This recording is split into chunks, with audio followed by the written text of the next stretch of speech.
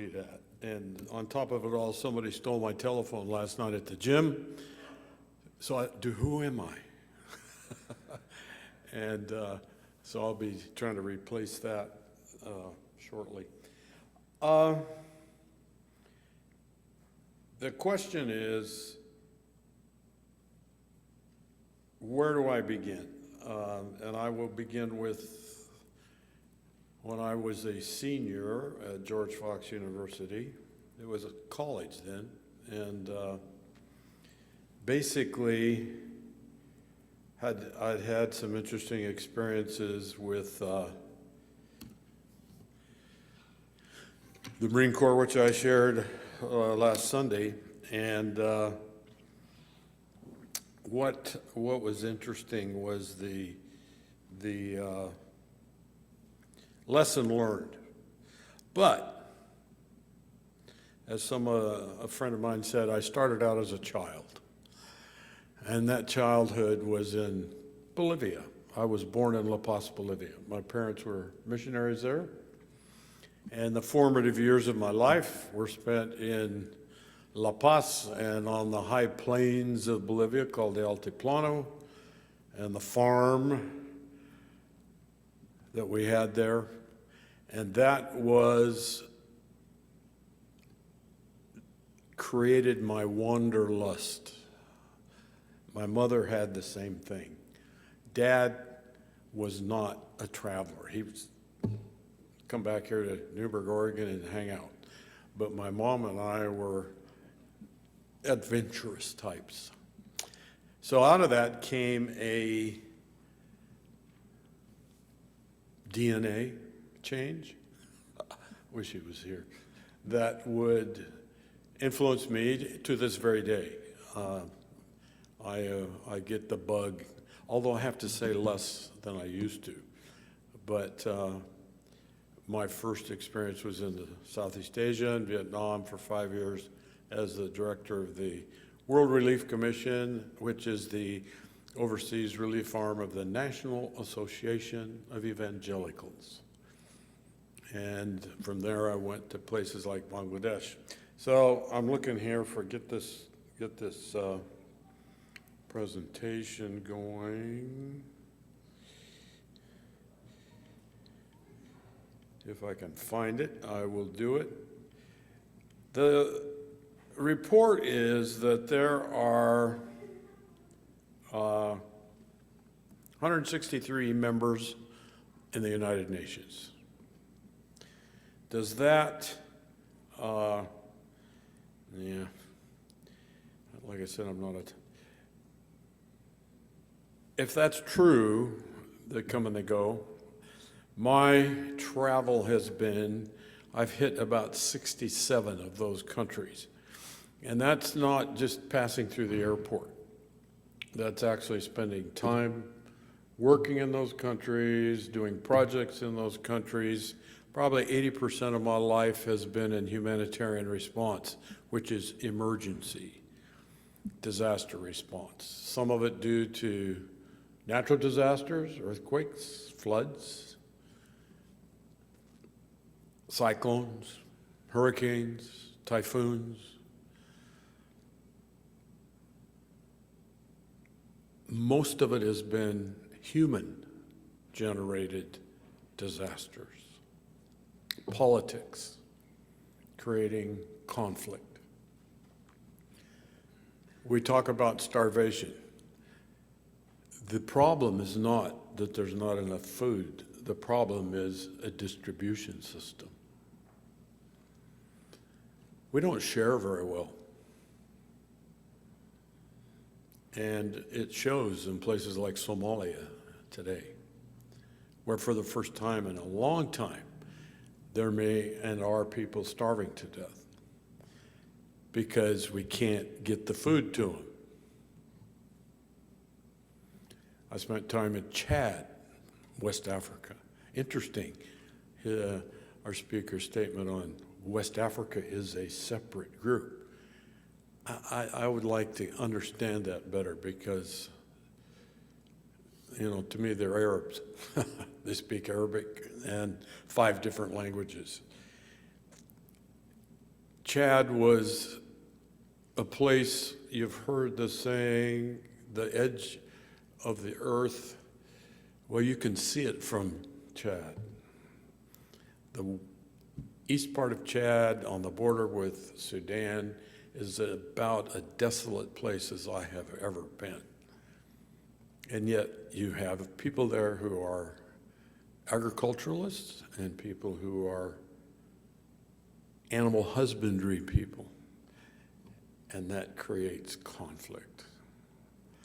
And when you have short water supply, it makes it even worse. There's a camp in a place called Abashay, Chad, with 250,000 people in it. How many remember the Janjaweed?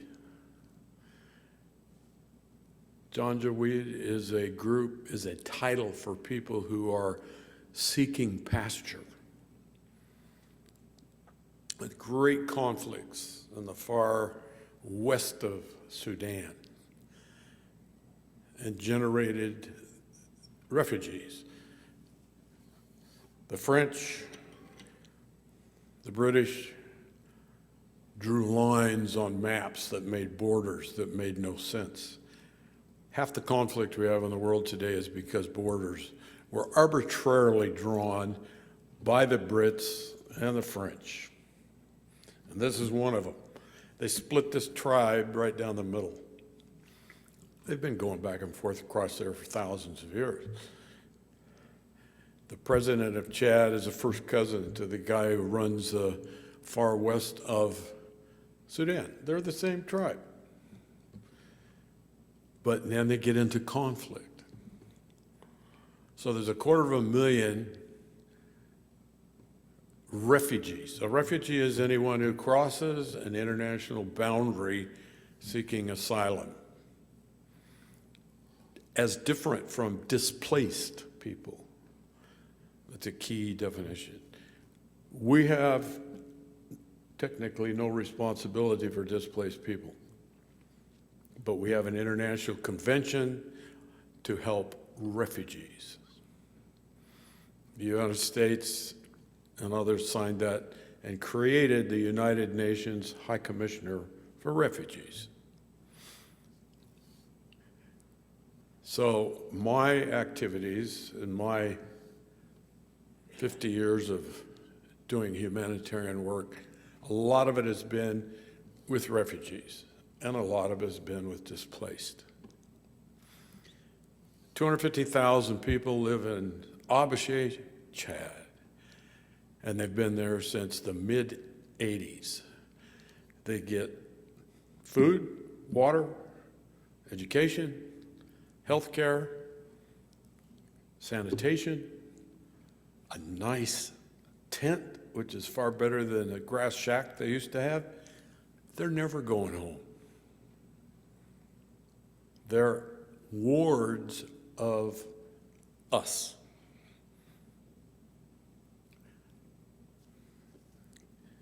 In 1917, give or take, the United States Congress passed a bill called the Food Support Act. It set the price that your grandfather and your uncle and my family in Idaho gets for their wheat and the corn and the sorghum. And that price is an artificial price that guarantees my uncle will get a new Chevy pickup every 2 years. Or he will make a nice John Deere tractor work. It's an artificial price. American farmers are so good that they produce more food than we need. So Public Law 416 and Public Law 480 created the Food for Peace in the U.S. Department of Agriculture, and we buy, your tax money buys that food, puts it on those bags that has that project hand clasp, and ships it around the world. We feed most of the refugees on the planet Earth through the World Food Program. And it works, okay? It works. So my adventures, my ministry. When I was senior at George Fox, Dr. Arthur Roberts sat me down at the last chapel in the old Woodmore upstairs and said, "Stu, you got to decide what you're going to do now." And I think my dad put him up to it. I don't know. Because there were buddies and roommates and all that. And I thought, wow, okay. I knew what I was supposed to do. I just didn't acknowledge it. And I was 21, maybe, 22. And this was in the end of the academic year. And I was supposed to march up and do the thing, get your diploma and make mom and dad proud and have the tassel moved. And I said, okay, if that's the way it's going to be. And my father, who was on the board of National Association of Evangelicals, he was the Northwest Intermediate representative. And on top of it, they had this World Relief Commission, and my dad was on their board. And my dad told the chairman of the board, offer my son a job in Vietnam. He set this up. Tricky. And I got this call from Dr. Everett Graffin,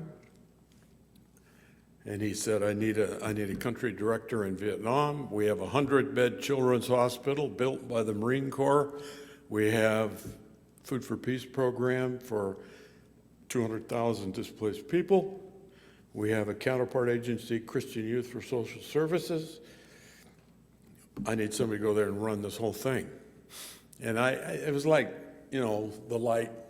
I knew, there was no choice. It was the right thing to do. My spirit said so.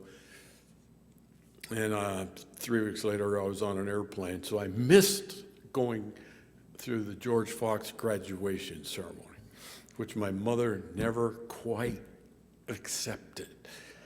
Because every other peer of them in the yearly meeting, Dad was superintendent, their kids were marching up there getting their diplomas, and I didn't get mine.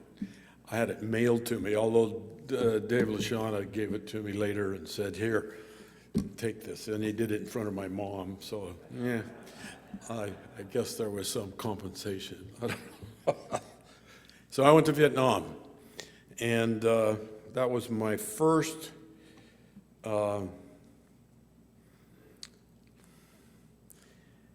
real overseas experience that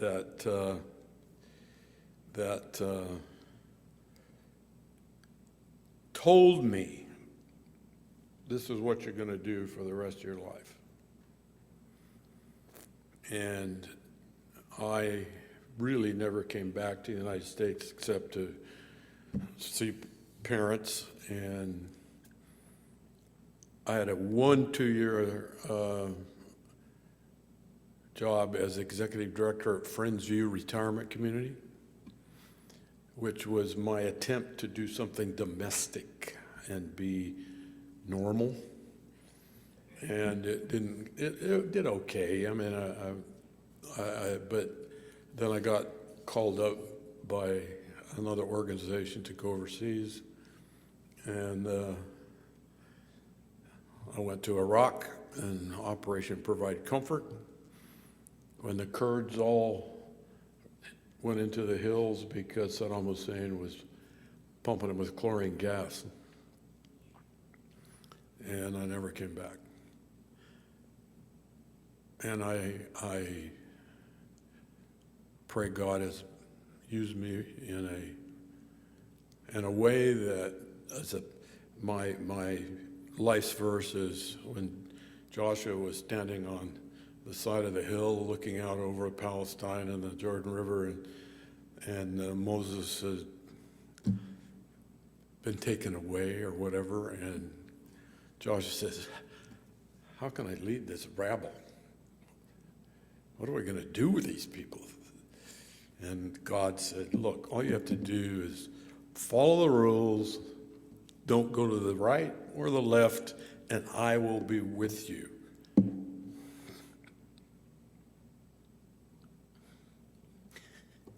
And that's my life's verse. And he has been with me. I haven't always been as good as I could have been, but God has never not been there. So I've stood at that place, I don't know, Paul, you've probably been there, the road that goes down the hill to Jordan from Jerusalem. I try to pick a spot where, okay, this is where Joshua got his message. And, you know, you look out over the Jordan River and it's desert and some green spots and half the Dead Sea. And trying to visualize what that meant and look at Jericho off in the distance. So to share an experience is very difficult. And when Mark asked me to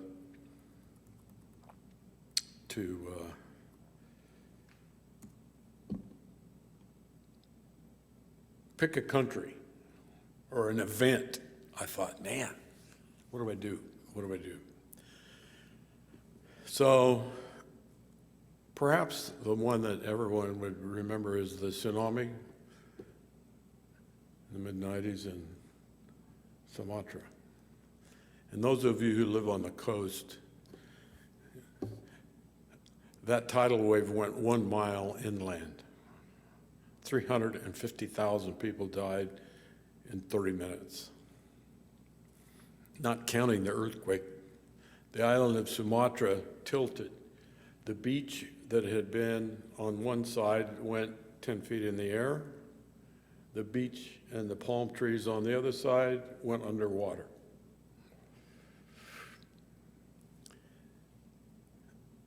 I got a call in the middle of the night, and we began figuring out, and I was with Air Serv International, who I am still with now, or a second time around, actually.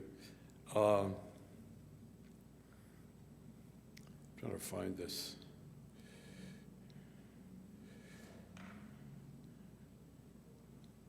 PowerPoint. It has some cool airplanes in it, because that's how we get around. Anyway, we jumped and we flew there.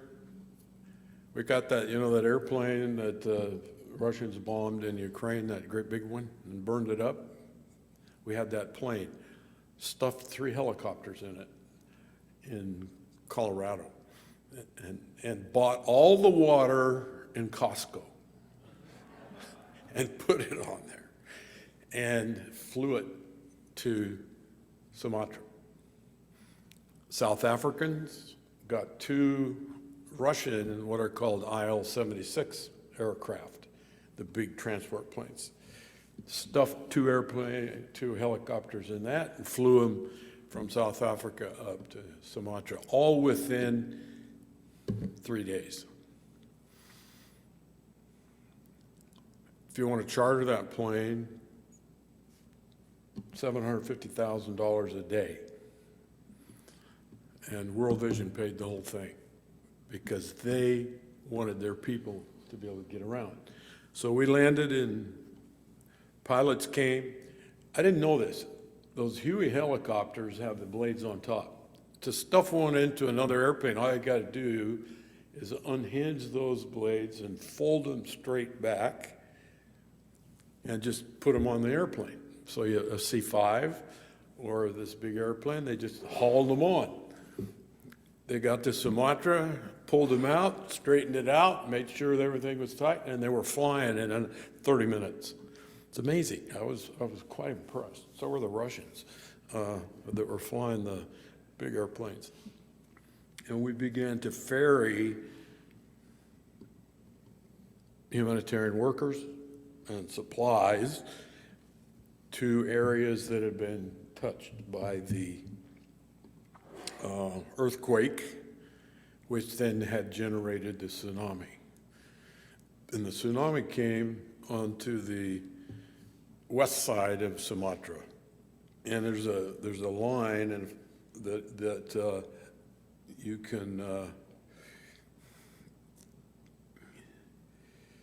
you can see that goes the whole length of the island. And Carol, your beach house would not have made it. And I'm sorry. 400 feet high. The tidal wave went a mile inland, and in those areas like Depot Bay, where it comes in and hits, there's a line that was 400 feet high on the cliffs. So the boats in the harbors were flipped and upside down.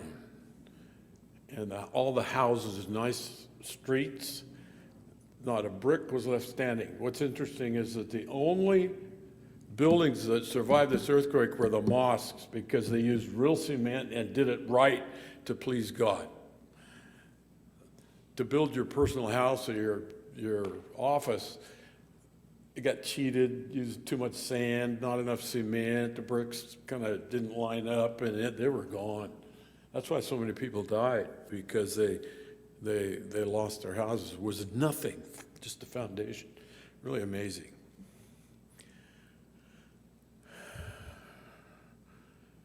Humanitarian response is a very trying thing. And people get PTSD from doing humanitarian response, just like military people do in combat. Because what you see there, you don't see anywhere else. And I probably have PTSD. I could ask my daughter or my son or some of my friends, because at certain points when I see stuff like that, it really affects me. And so I've never had any counseling. I don't know if it would do any good, but I still do emergency response. I still do humanitarian response. The organization I'm with as the CEO is Air Server International, and I'm the CEO, and we have 2 planes in Chad. We have 2 planes in South Sudan. We have 2 planes in the Congo. And what's Michael Chapman, who's on my board of directors, and I were talking. I was at Gertrude Ankeny's memorial service yesterday, and there were a lot of peers there, and Michael and I were talking, and he said, well, we got another emergency. It's the same thing again. Who was it that said we are slated to repeat history every 20 to 25 years? Roughly every generation, because we don't learn. Again, I'd love to talk to this gentleman about why is that? We don't learn from history. The Chad situation is repeating. The Congo situation in the east is just cranking up again. Another 100,000 refugees. We just put another plane in a town called Bunia to fly high-value medical cargo and staff. I'm going there in February. I get discouraged sometimes. Then I hear people say, well, maybe that's how God gets our attention. You know, when in your lives has been the most difficult? Have you sought God probably more frequently than you do on Joe average days and weeks and months? I don't know. Again, a human nature thing. People run out of their own resources and they think about God, and they think about relationships with God. They think about the church. They think about help from some other source.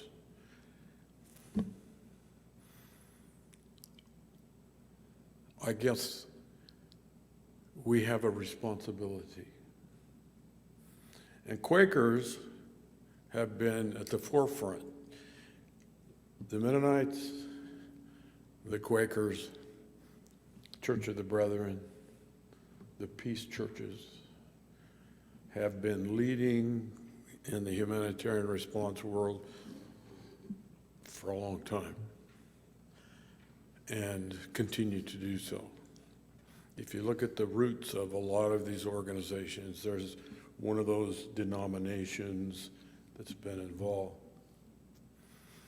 So for me to say any one of my adventures as highlight of any other, sorry, Mark, there is a continuation, a building. Sure, the first few were great adventures, great ministry, great relationship building. But they're all, common denominator is the human need in each one. So, any questions? I've reached my time. I'm sorry I couldn't get to, PowerPoint was just a bunch of airplanes anyway, no big deal. How long were you there on site in Sumatra? How long were you on site there? Okay, the tsunami hit all of the countries on the east side of India, so Sri Lanka was also affected. So we had aircraft and response time in Sri Lanka. In Sumatra, air serve, we stayed there probably 12 months. I personally was there 3 times, different occasions, but in the early response time I was there for a couple of weeks. See, I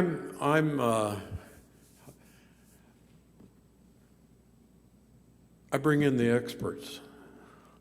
I manage from up here.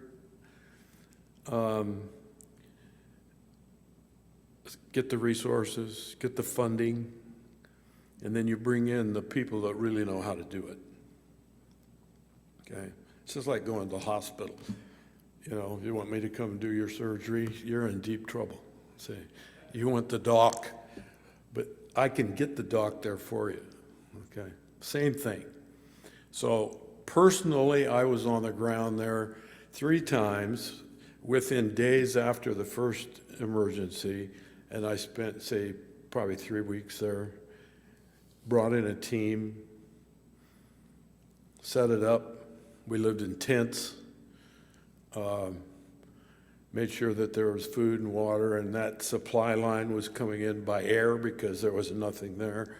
Then I went to Sri Lanka and did the same thing, and then back to Sumatra, and then up to Europe and to Washington to do resource development, do briefings for the State Department and the White House team and USAID. I went to Brussels, did the same thing for the European Union, then went back to Sumatra. But you get a good management team in, you stay out of their way. Last thing I do is micromanage. This kills everything. Sir. Could you summarize what you've learned in the 50 years you've been doing that in a sentence or two? Summarize everything I've learned in a sentence or two. People care about other people. The generosity of those who are not affected to respond and help those who are affected is a global thing.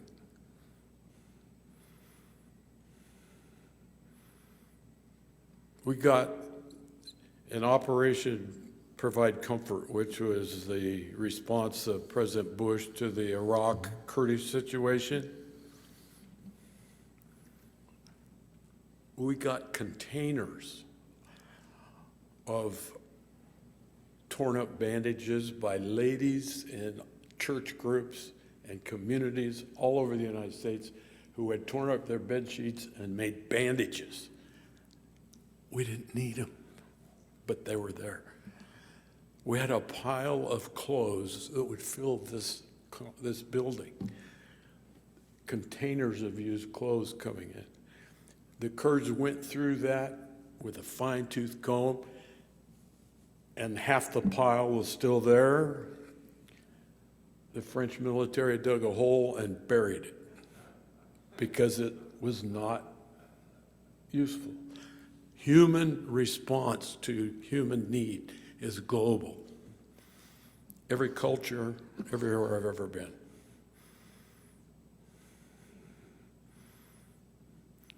The other sad part of it is it gets political. The response to disasters can be a very political tool, especially by the local people. Does that answer your question? Paul. Yeah, thanks, Stu. The United States producing enough food to actually feed the world. How do we distribute that? And further, how does that distribution keep from getting simply skimmed by people who hoard it for themselves in leadership as opposed to getting it to the people who need it? Congress passed a law, I would assume back in the 60s, that no food distribution can negatively influence the local production or distribution or market in any country. Okay? So if I bring in a shipload of food, I have to have done a pre-study of the production of corn or wheat in that country to determine that what I'm going to bring in and do distribution will not affect that market price or that distribution. And usually when it's an emergency, it's less onerous to. Secondly is that the government has to have signed an agreement with the United States to avoid exactly what you're talking about, that they won't be taken by the dictator. That can't happen. The distribution cannot be done by the local government. That's why you have humanitarian organizations. Probably the three biggest food distribution organizations would be Catholic Relief Service from the Catholic Church, which is the national Catholic, for the United States, overseas arm.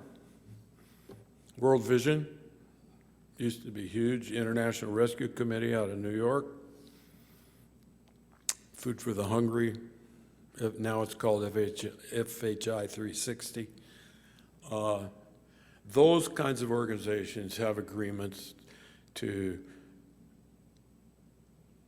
distribute the food. All the food is shipped by law on American boats, American flagships, to that country, to that humanitarian organization.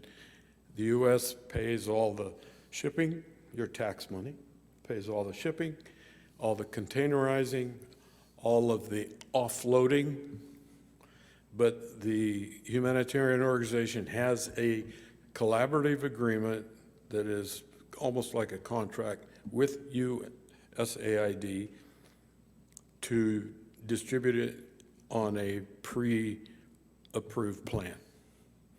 And all that can happen, and all the paperwork can happen in 2 weeks, and the ship just takes longer to get there. Okay? Any other questions?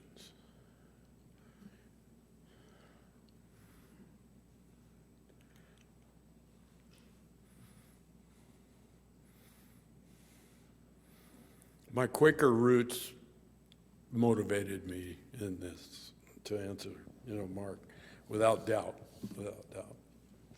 Yes, ma'am. Stu, you've spoken of the politics. Have the politics in the United States ever gotten in the way, a group of people or a committee that got in the way of the humanitarian work you do? Only in Congress.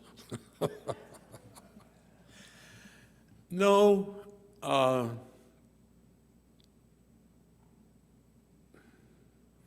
suppose that in my career, the latest one, the last overseas post I had was in Ukraine in 2014 and 2015, and the last event. And politics, because I was in the east of Ukraine, everybody knows Luhansk and Donetsk and where the Russians have actually invaded. They tried that, we call them the little green men, came into those areas when I was there. And one of the mandates of the USAID Emergency Response Bureau for Humanitarian Affairs is all this emergency response is humanitarian, not political. It cannot be, you cannot allow politics to interfere with the response to human need. That's part of Public Law 416 and 480, I mean. So then it boils down to relationships on the ground, right? So we had, for Ukraine, a $6 million U.S. government grant. The same, and for water, to restore the potable water systems that have been destroyed by artillery, and to rebuild roofs on the apartment buildings that had been destroyed by artillery. And in the Soviet days, they build these apartment buildings around a boiler in the middle, so it's the old radiator, creaking, squeaking radiators. You guys in warm climates don't even know what I'm talking about. And that if one of those pipes gets broken, the whole system's gone. So we had to go in and repair all those because winters, real winters there. And so all of that was paid for by tax money, U.S. foreign aid. And the people we worked with, half of them were Russians. I lived in a hotel in Luhansk where all the Russian generals lived. So we started having coffee together. They had never met an American. And I was the one. It was really interesting. General Alexander was equivalent to a two-star general in our military, was the guy in charge. And he'd look at me, we'd look at each other. So we got to be acquainted. We lived on the same floor of the hotel, for crying out loud. And he figured out maybe we were humans and we were okay. And he spoke enough English. I don't speak any Russian. Ni poнимаю, that means I don't understand in Russian, okay? And that relationship smoothed everything. Example, the water pumps that had been destroyed to run water through pipes that you could drive your car through, that big. All the potable water comes from Ukraine into this part of the Donbass. Those pumps had been blown up. Under the Soviet system, all those pumps were built in Kharkiv, nowhere else. So we had to get 4 of these water pumps to get the whole potable water system going again. U.S. government said, you can't spend anything that's going to go to Russia. Oh, okay. So I got the Brits, I got the Scots, the Royal Bank of Scotland paid for the pumps. And then we reimbursed the Royal Bank of Scotland. It was a kind of a laundry job. Don't tell anybody. Okay. And the pumps went, and the president and the government of Ukraine said there will be nothing from Ukraine that goes into the Donbass, neither money nor material goods, because we refuse to help the enemy, which is the Russians. So we couldn't just, so we put them on trucks to Moscow. And then they went to Moscow. And General Alexander says, I'll haul them for you. So they went down from Moscow all the way to the east side of Ukraine on a military train. Then they painted 4 trucks white, 4 Russian military trucks white, and we loaded those pumps in and drove them into the Donbass as humanitarian assistance from the Russian military, which, again, stretched it. And they got in there, and all the technicians, I mean, there's no shortage of experts. We didn't need any expats from anywhere else.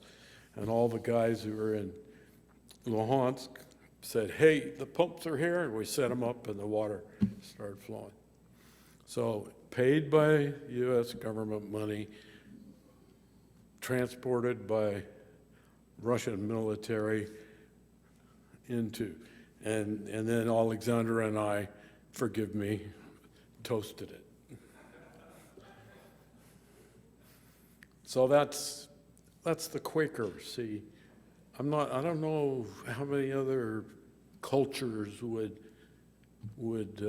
permit that kind of thing. And the pumps are still working today, because I keep in touch with people in Ukraine. That help? Yeah. It's all about the people. And you get past the politics, then people want to help. People want to do things. People want to solve the problem.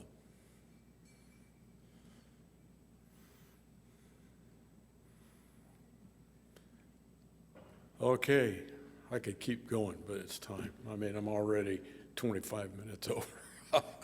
People are getting hungry, Dee. Thank you.